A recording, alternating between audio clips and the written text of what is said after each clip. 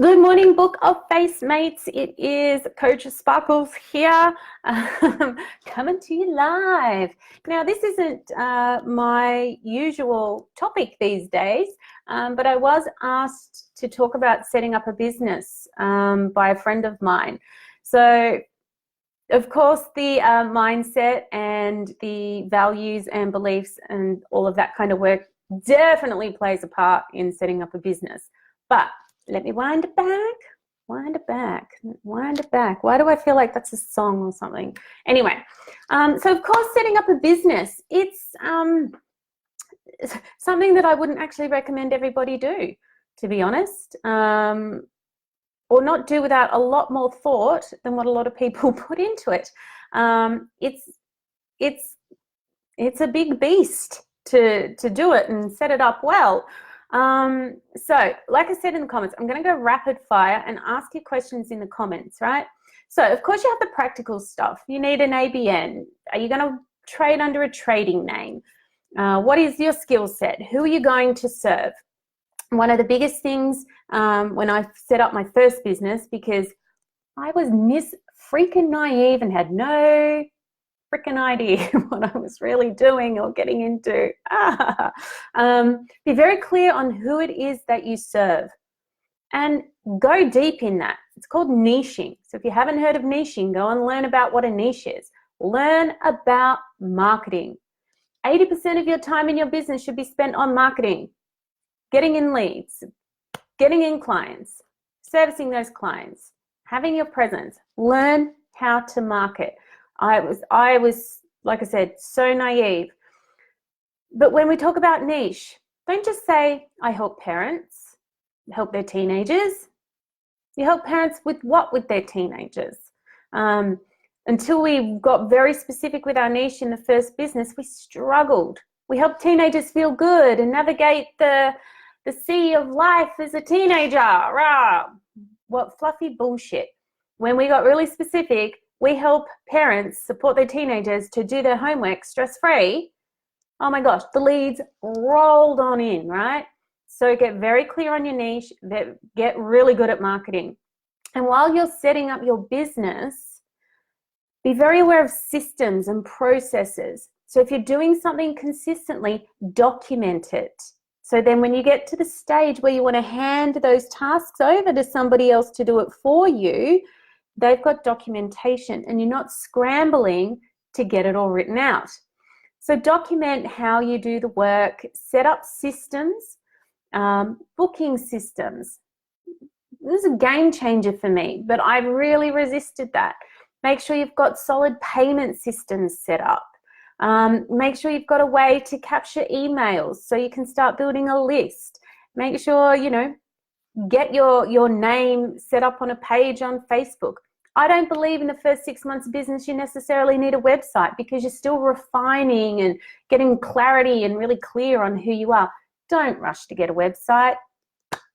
Sorry, website designers, I love you, but you don't need to rush in the first 6 months of business to do that. But get very clear on who you serve, how you serve, what it is that you do. Get your systems and processes set up and documented as you go through it. Big mistake, I didn't do that when I started my first business or when I was doing my second business. Now I'm up to my new iteration of my current business. And get help to do that. I cannot stress enough, getting help in setting up a business will save you hours and hours and hours and hours of heartache. So that's some of the practical stuff, right? The practical stuff is very important when you start a business, right? But hey, I'm a mindset coach. I work with the inner stuff. I work on the inner game and the physical and mental and emotional stuff that supports business, supports life, supports all of this stuff.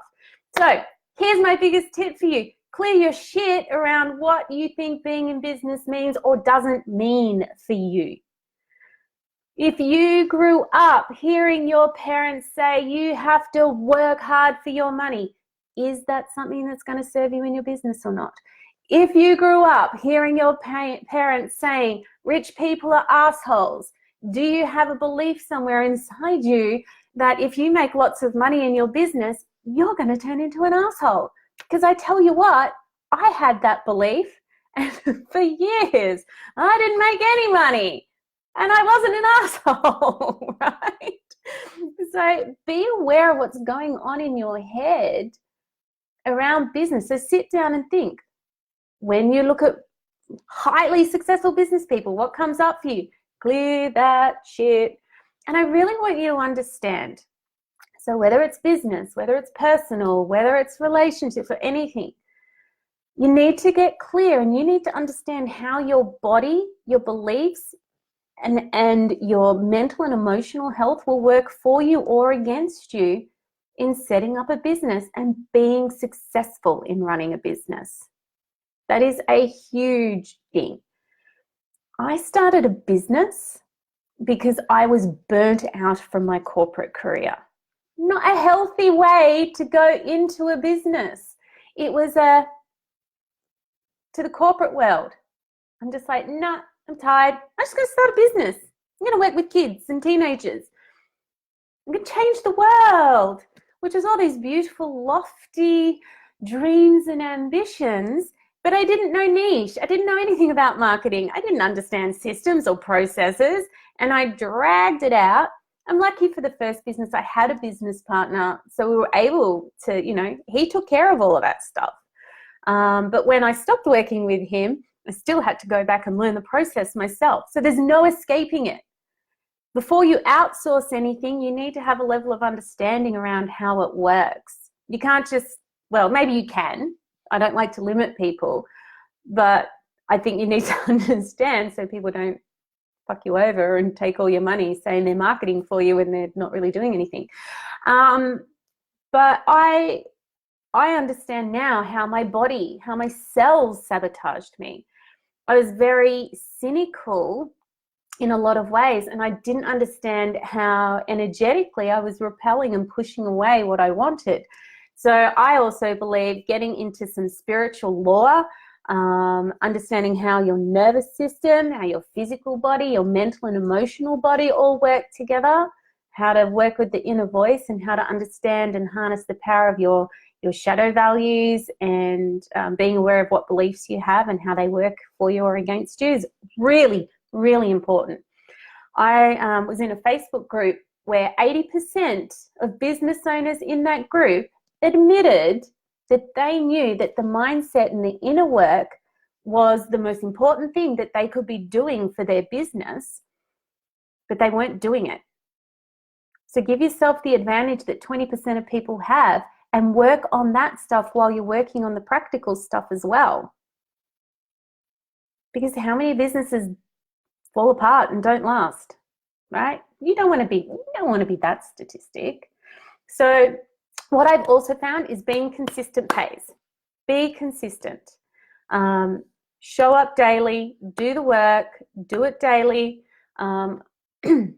If that's posting on Facebook or sharing a blog or an article on LinkedIn or doing your stuff on Instagram or whatever channel you decide to go down, be consistent. And I think this is really important because for me, it's shown up in my business when I wasn't doing what I loved, wasn't doing what I was really called to do. So the course building and the business coaching and, running the masterminds and everything was fun and I enjoyed it, but it always came back to values, mindset, beliefs, cellular set point, your nervous system, how your body and everything is all working together. And this year, the best thing that ever happened to me was really, really understanding spiritual law. And not from a woo-woo, I'm off with the fairies kind of thing, but how grounding that was and brought it all together. So in business, yes, there's the practical, but there's also the mental. There is the emotional. There is the spiritual. There is the physical. It's all locks in together. And when you understand that as a complete package, you have more of a chance of being successful. Thanks for the likes there, Richie J. Appreciate those. Because business, everyone says, do what you love and the money will follow. Business is more than more than that. It's time, it's effort, it's consistency, it's determination, it's doing what other people won't. And I think when people say do what you love, that's important. Like, it is important, because you want to be consistent and you want to stick with something for a long time.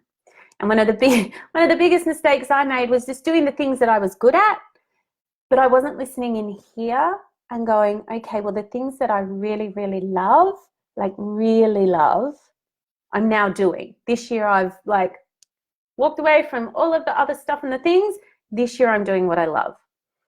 So there's got to be an element of that in there, because I know there's a lot of people that go, oh, well, I'll do this because that'll make money. And that'll get you so far, but don't let that be the only thing. And do your research, get a coach, because the things that you love may not always make you money. That's the other side, right? Polarity. There's, yays and nays, black and white, all of that. But get the right support right from the start to help you build your business, because I have found that the people that I've spoken to, when they've done it alone, it's been a struggle. Now, I am blessed to be surrounded by the most amazing mentors. Get a team around you of people that believe in you. Outsource when you can, but when you know the process.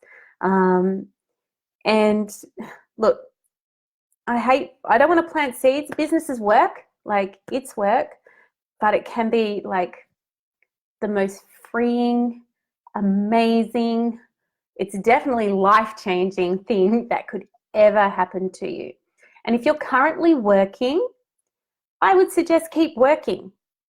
Start setting up your business on the side, get the help while you've got the money, start investing, start setting some goals, start working towards creating certain amounts of income, looking at where you can cut back on the work and start focusing more on your business, unless you've got the kind of support network that will cover you and, can pay all your bills while you jump in a startup.